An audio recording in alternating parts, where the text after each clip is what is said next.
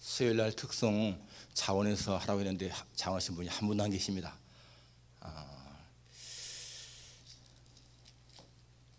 다음 주에는 꼭 좀 자원하는 분이 있으면 좋겠습니다.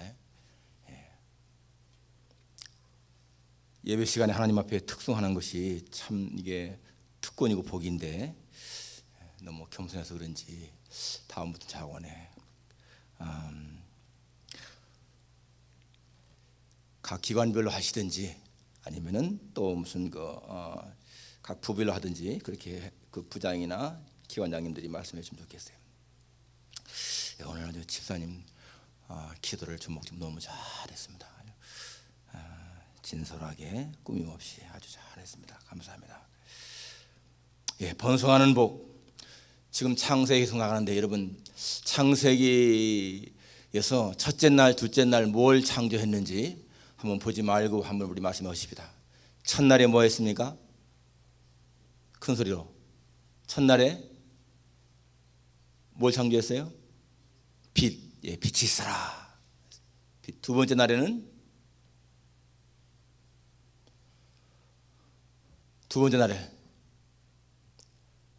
궁창 하늘. 세 번째 날에는 땅과 바다 그리고 식물.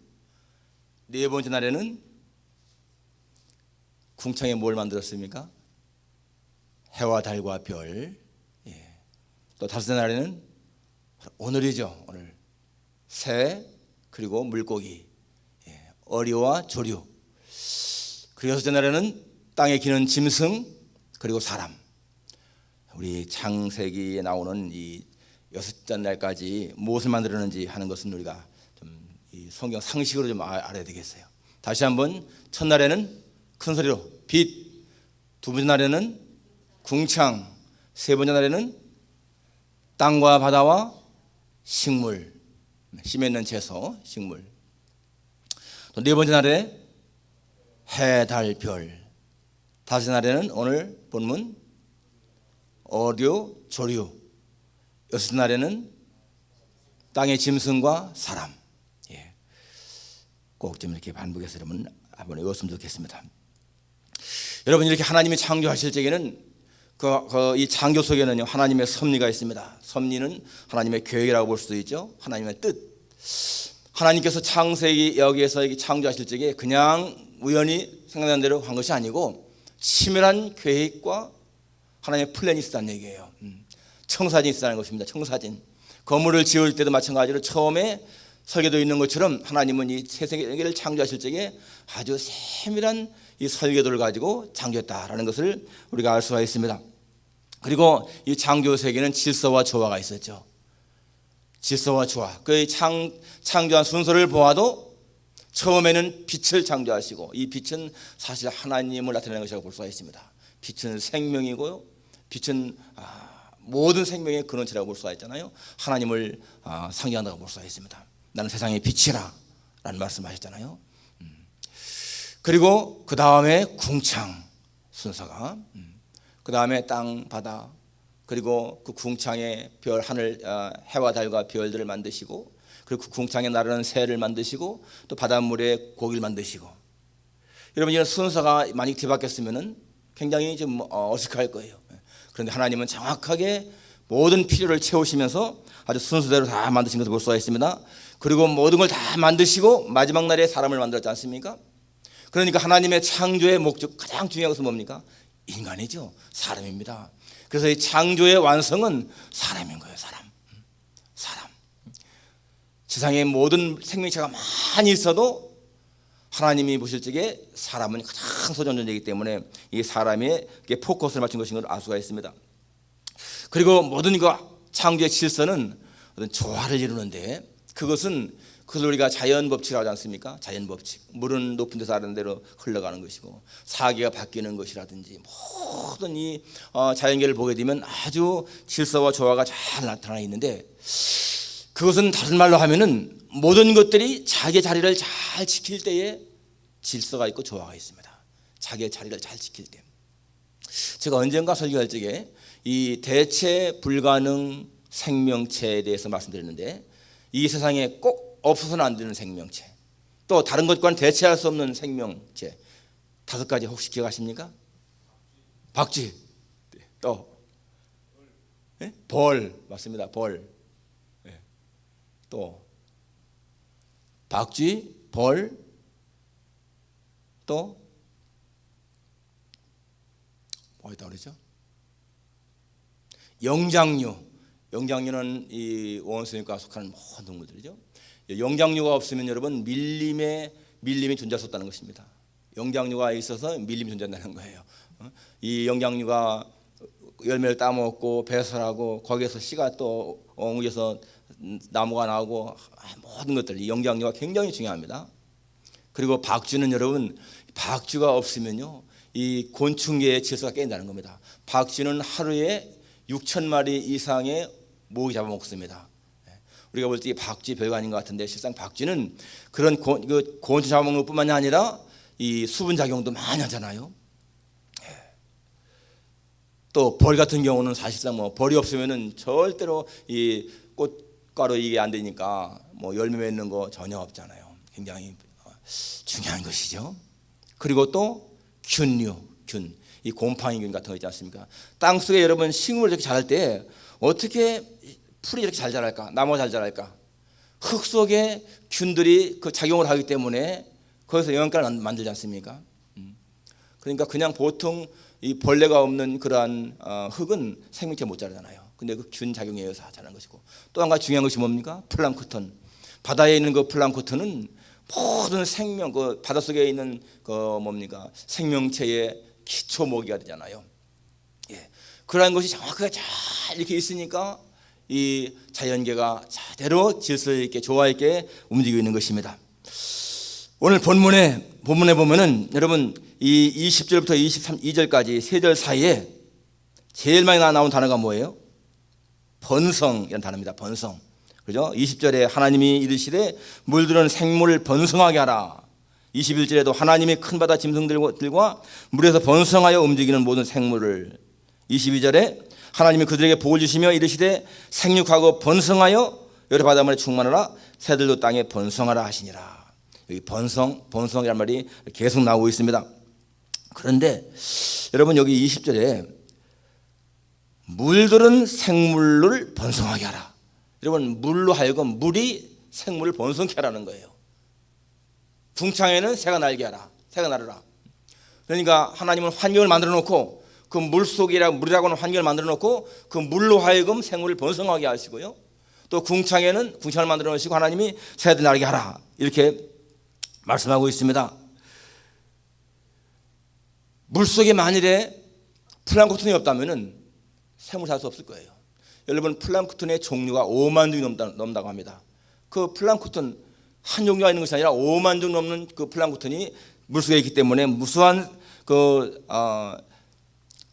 물속의 생명체들이 살 수 있는 그러한 환경을 만들어 놓고 있다는 거예요. 그러니까 물들은 생물을 번성케 하라. 물론 생물 자체도 번성해야 되지만은 그런 물이 생물을 번성케 하라고 지금 말씀하고 있어요. 여러분 물고기의 종류가 한 2만 5천에서 3만 1,000개의 종류가 있습니다. 엄청나게 많은 거죠. 거기서 우리가 생선이라고 하는 것은 사람이 먹을 수 있는 그런 물고기를 생선이라고 하잖아요. 그럼 뭐 먹지 못한 것도 많이 있으니까 아무튼 간에 그런데 여러분 이 물고기들이 어떻게 잘 번식하는가 보면요, 이 청어라든지 농어 같은 것은 알을 한 번에 2만 개 내지 3만 개 난다고 그래요. 그리고 이 잉어 종류인 창꼬치라고 하는 것은 한 5만 개, 로우치라고 하는 것은 10만 개, 그리고 잉어 종류는 한 22만 5천, 고등어는 50만, 대구는 무려 368만 개를 난다고 그래요. 알을. 여러분 이게 얼마나 번성이 심해요. 대단한 것이잖아요. 그리고 새의 종류가 얼마예요? 한 8만 6천 개 됩니다. 8만 6천 종.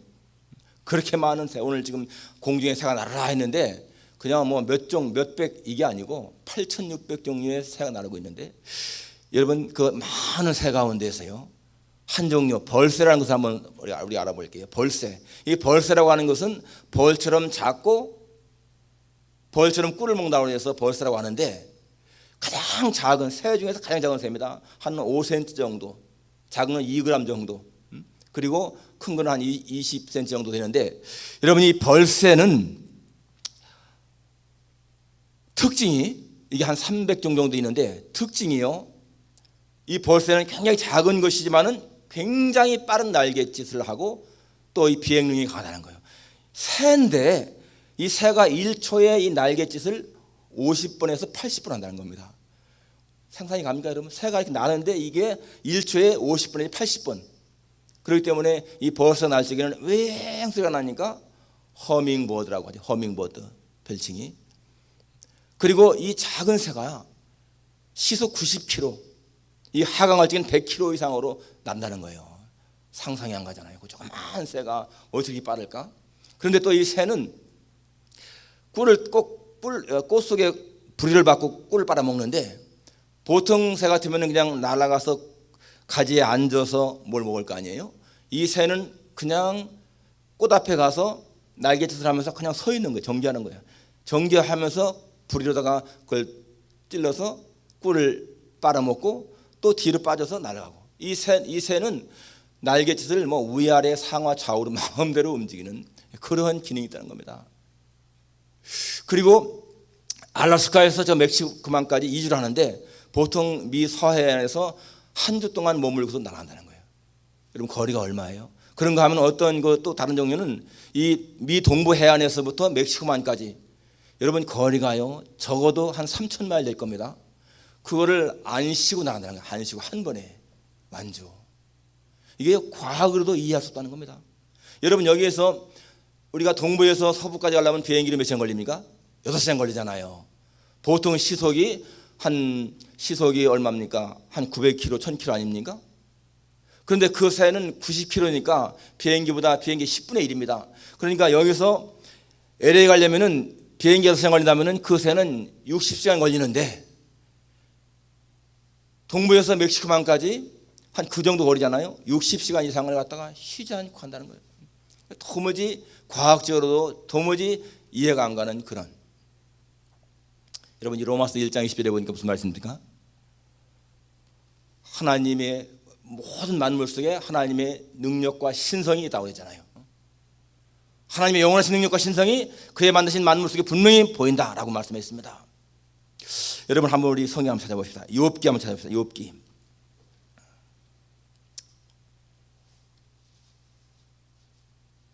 욥기 12장.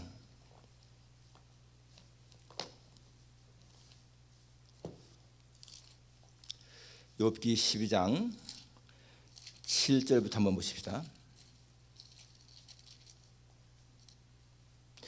자, 욥기 12장 7절부터 우리 10절까지 천천히 같이 한번 읽어보십시다. 욥기 12장 7절. 이제 모든 짐승에게 물어보라. 그것들이 내게 가르치리라. 공중의 새에게 물어보라. 그것들이 또한 내게 말하리라. 땅에게 말하라. 내게 가르치리라. 바다의 고기도 내게 설명하리라. 이것들 중에 어느 것이 여호와의 손이 이를 행하신 줄을 알지 못하랴. 모든 생물의 생명과 모든 사람의 육신의 목숨이 다 그의 손에 있느니라. 바다의 고기한테 물어보고 공중의 새에게 물어보라는 겁니다. 그러면은 그 공중의 새나 바다의 고기가 하나님의 능력을 말할 거라는 거예요. 지은 것이 하나도 하나님이 아니면 안 된다는 것이죠. 정말 작은 새, 가장 작은 새인데 이 벌새라고 하는 것은 그렇게 작은 새가 하나님의 창조의 능력을 보여준다는 겁니다. 지금 이 창조 과학회라고 하는 그 있지 않습니까? 거기에 보면은요, 그 창조 과학회에서는 이 자연 세계에 있는 모든 생명체를 통해서 그들의 그 어떤 그 본능이나 능력을 통해서 더 하나님의 능력을 많이 발견하고 있습니다. 지금까지 사람이 발견하지 못한 게 많이 있지만은 더 많이 발견하고 있어요. 그걸 보게 되면은 정말 하나님이 하시는 일이 너무너무나 위대하고 하나님의 지은 이 피조물들이 너무너무나 신비한 것을 많이 알 수가 있습니다. 정말 여러분 우리는 이 자연세계를 바라보면서 이 자연세계의 신비를 바라보면서 뭘 느낍니까? 정말 하나님의 능력이 위대하구나. 그걸 느끼게 되잖아요. 곤충의 종류가 여러분 얼마나 될 것 같습니까? 곤충 80만 종이 넘습니다. 80만 종. 그러니까 하나님이 그 종류 여기 보니까 종류대로 만들었다고 했는데 종류대로 만든 그 종류가요, 곤충은 80만 종이 넘어요. 여러분 곤충 보면 우리는 별로 그렇게 사람에게 이롭지 않다고 생각하지 않습니까? 그렇지만 여러분 이 곤충은 사람과 밀접한 관계가 있죠. 네, 곤충이 없으면 사람에게 굉장히 또 불리한 것도 많습니다. 이 수분작용 다 하니까. 그리고 이 곤충을 보게 되면 이 곤충은 안 사는 데가 없어요. 안 사는 데가. 남극에서 북극까지 만년설 그 추운 문우 속에서부터 이 용암이 흐르는 그 뜨거운 온천수에 이르기까지 사람의 어떤 동물의 창조 속에 살고요. 그러니까 이 곤충은 하여튼 안 사는 데가 없습니다. 그리고 또 사람의 전염병을 옮기는 것도 다 이 곤충이지만은 그러나 또 열매를 수확케 하는 것도 있고요. 하여튼 간에 이러한 그 모든 그 생명체에 살아가는 것을 보게 되면은 우리는 하나님의 그 신비를 느끼게 됩니다. 여러분 식물 한번 보십시오. 식물이 존재하기 위해서 그 씨를 이렇게 퍼뜨리는 거 한번 보세요. 가끔 이렇게 집에서 잔디 깎다 보면은 잔디를 분명히 어제 깎았는데 오늘인가 내일쯤에 보면은 민들레가 싹 자라가지고서 꽃을 벌써 그 씨앗을 다 이렇게 맺을 때가 있습니다. 불과 한 2, 3일 사이에 민들레가 자라가지고 씨앗을 맺는 거예요. 그리고 바람에 딱 날려서 날아가잖아요. 그리고 여러분 이 파킹장 같은 데 보세요. 파킹장 그 틈 갈라진 그런 틈에도 풀이 자라지 않습니까? 얼마나 생명력이 강한 거예요. 그런 것이 다 그냥 된 것이 아니고 하나님이 그런 생존력을 주었다는 거잖아요. 참 이 생명력은 강하잖아요. 특히 이 가시고기라고 하는 고기가 알지 않습니까? 가시고기. 이 가시고기는 대개는 대개 모든 그 생명체들이 암컷이 대개 이렇게 번식 능력이 있지 않습니까? 그런데 이 가시고기는 수컷이 산란기가 되면은 둥지를 만들어요. 이 하여튼 바다풀 같은 걸 이용해서 둥지를 만들고 암컷을 유인해서 거기에서 수정을 하게 하고 그러면 암컷은 알을 낳자마자 죽습니다. 가시고기라고 하는 책에는 암컷이 알을 낳고 떠난다고 나와 있는데 그건 잘못된 것이고 원래 암컷은 죽습니다. 바로 죽고 나면은 이 수컷이 알을 보존하는 거예요. 다른 물고기들이 알을 먹지 못하게 그걸 막습니다. 상처가 나고 자기 몸에 막 해를 낳아도 그걸 끝까지 그렇게 보호하고 그러다가 나중에 부화가 다 되면은요 바위 틈이나 모래에 머리 박고 죽는다는 거예요. 죽으면은 그 새끼들은 딱 부화한 새끼들은 자기 그러니까 아빠죠. 아빠의 살을 뜯어 먹으면서 산다는 겁니다. 그런 것도 보게 되면 우리는 참 그게 어떤 그 부성애를 상징하는 것이지만은 그게 하나의 본능이죠. 하나님이 만드신 생존 본능이라는 거예요. 그러니까 모든 생명체 사랑을 보게 되면은 너무 신비롭습니다. 하나님은 그렇게 모든 것이 다 번성하게 했다는 것입니다. 이 세상에 박쥐 종류만도 1100종 남다고 그래요. 1100종.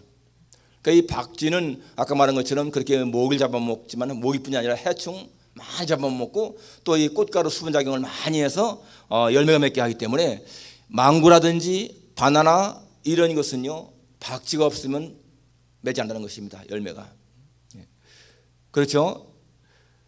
그리고 또 이 벌 종류는 2만 종이 넘습니다. 2만 종. 그러니까 엄청난 숫자 아닙니까? 꽃가루 이게 매개자로서 일을 하잖아요.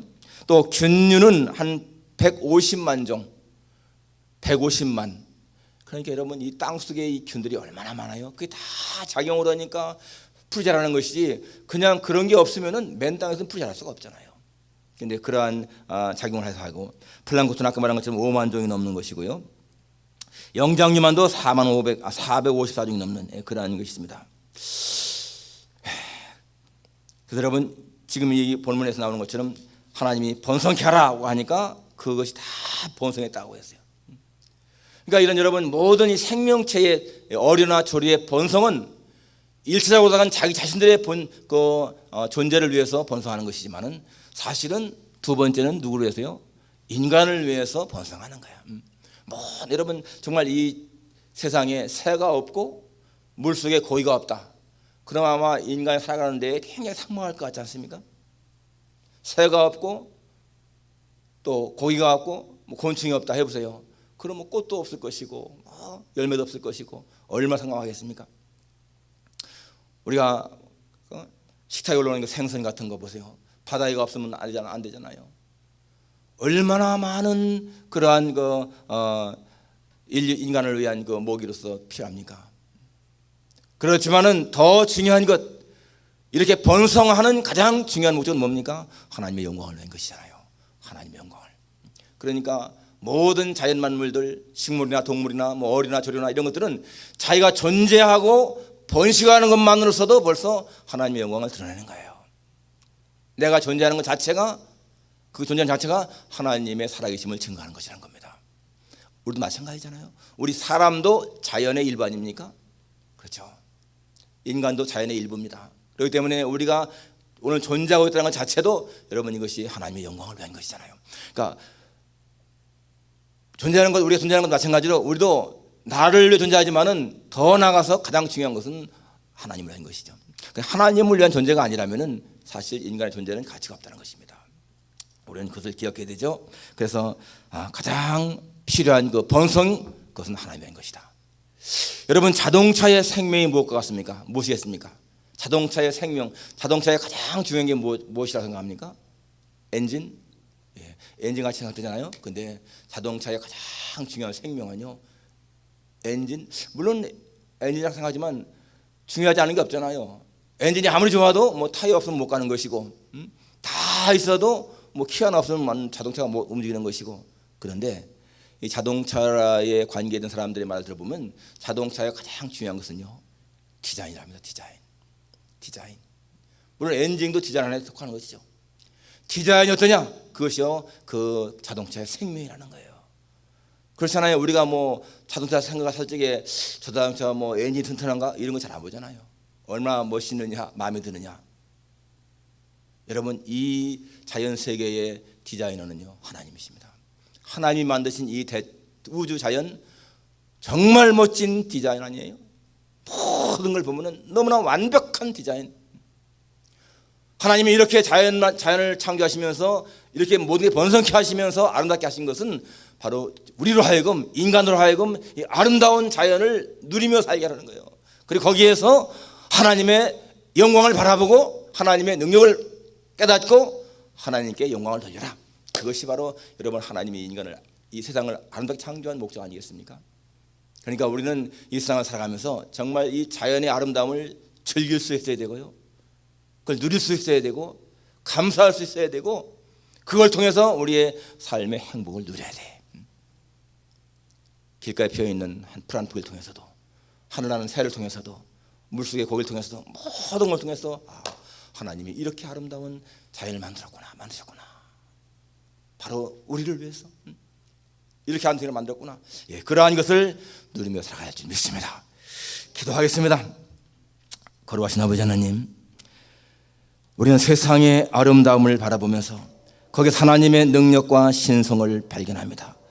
하나님 아버지, 지으신 모든 것들이 하나님의 영광을 드러내고 하나님의 능력을 드러낸다는 것을 저희들이 믿습니다.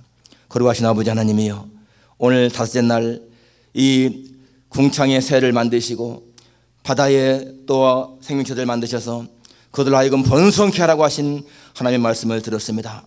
이 우주 속에, 이 지구 속에 하나님 아버지 모든 생명체가 이렇게 아름답게 번성하는 것, 첫째는 자신들을 위한 것이지만 또한 우리 인간을 위한 것이고 마지막에는 하나님의 영광을 위한 것인 줄 믿습니다. 거룩하신 주님, 하나님이 창조하신 이 세계의 아름다움을 우리가 누릴 수 있게 하시고 느낄 수 있게 하시고 그걸 통해 세상을 살아가는 그러한 행복을 누릴 수 있는 우리 모두가 되게 하여 주옵소서. 무엇보다 하나님 아버지, 그러한 것을 통해서 하나님의 살아계심과 하나님의 능력과 하나님의 영광을 저희들이 고백할 수 있도록 주여, 그래서 우리의 삶이 충만할 수 있도록 은총이 베어 주옵소서. 오늘 이렇게 나와서 예배드리는 종들, 하나님 아버지요, 저희의 심령 속에 성령의 감동하심이 함께 하시고, 아버지 하나님은 무슨 일을 하더라도 주님을 의지하며 주님의 도우심을 바라보며 하나님의 사랑을 체험할 수 있게 하시기를 간구합니다. 감사를 드립니다. 예수님의 거룩하신 이름으로 기도하옵나이다. 아멘. 찬송가 64장 같이 부르겠습니다.